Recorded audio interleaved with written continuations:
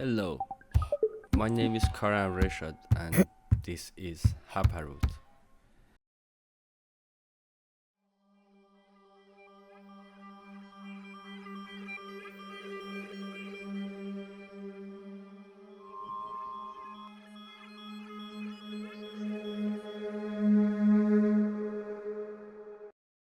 HAPAROOT is a narrative puzzle adventure that emerged from a visual world that I've been developing through paintings, drawings, and comics for nearly more than 2 decades. Rather than beginning with a game mechanic, the project began with a character, a symbolic world, and a desire to explore certain questions through interaction. The game begins in a small room. The protagonist, called Tanha, is sitting at a desk surrounded by art tools and maybe strange objects. There is a door knocking, and when Tanha, the character, finally opens the door, there is nobody outside, only darkness. And within that darkness, there is a luminous object. The player follows this object and enters a world where darkness has become the accepted condition of life, where darkness is the norm.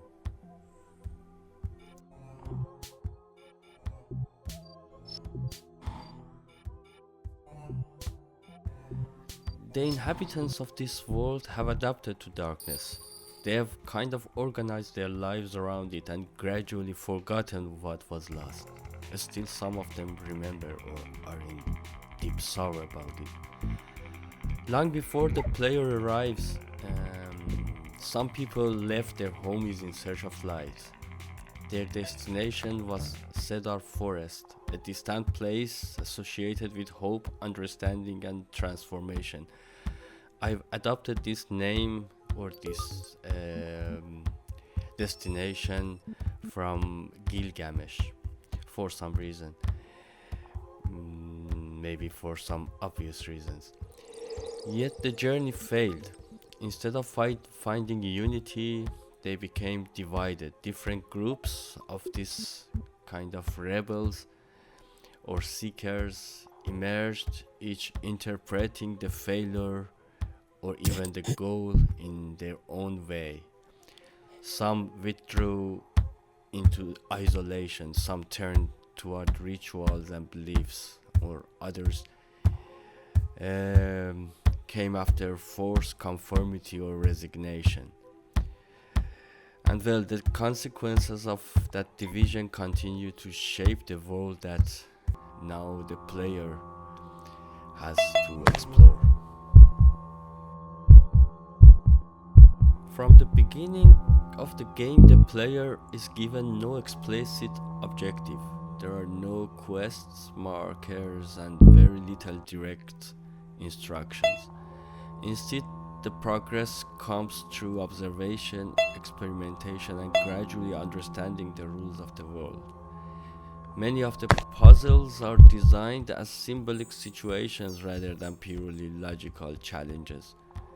Some of them are so easy to solve, and some of them are still something to bend users' minds.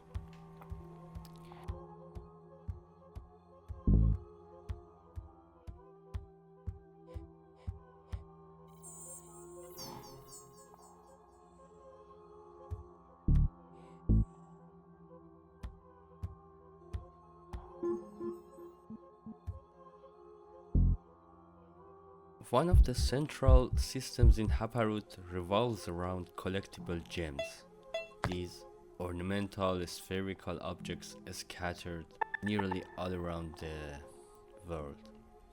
They function partly as a progression system, but subliminally intended to represent different existential qualities and ways of relating to the world. For example, Illuminica influences the intensity of players' light, while Nalanontas extends its range. Asphalia, for example, is associated with courage and willingness to explore the unknown or corners. Other gems affect perception, interaction, crafting possibilities, and access to the invisible. By the way, the names themselves are not the focus of the experience. The game encourages players to gradually discover their significance through use, experimentation, and seeing what consequences each one or each amount of each one has. Players can also combine gems through a crafting system and manipulate possibilities and qualities of their progression. There is also an in-game information system revealing the properties of gems as well as possible crafting combinations and recipes. And at one point, player can collect that one and use it when needed.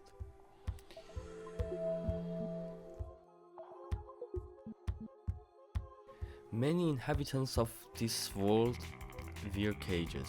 The cage is also one of the central visual metaphors of the project.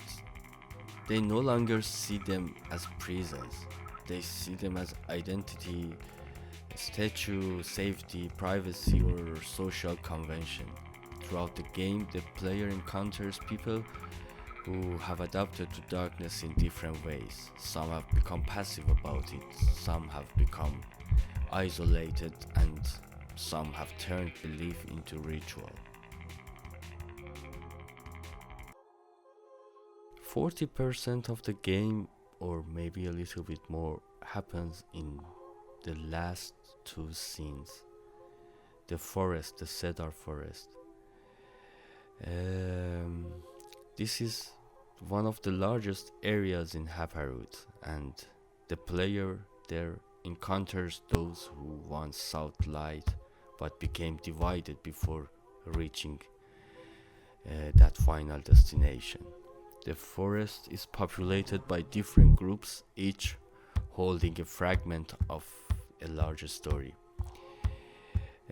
Progress here depends not only on exploration but on understanding. There is a knowledge progress and also getting to know how these divisions emerged and how they continue to prevent movement toward a shared goal. The player must recover scattered cylinders here and reactivate forgotten locations and gradually rebuild a path towards Cedar Peaks. But also they need to improve their knowledge about the whole situation.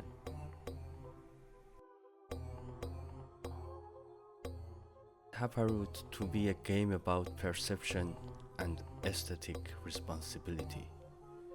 The journey can be read as an external third-person adventure puzzle, but also as a reflection of an inner landscape shaped by fear, courage, isolation, and of course, utopian hope.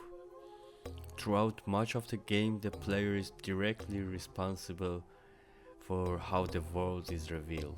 Light, players' position, and direction visibly influence the experience itself.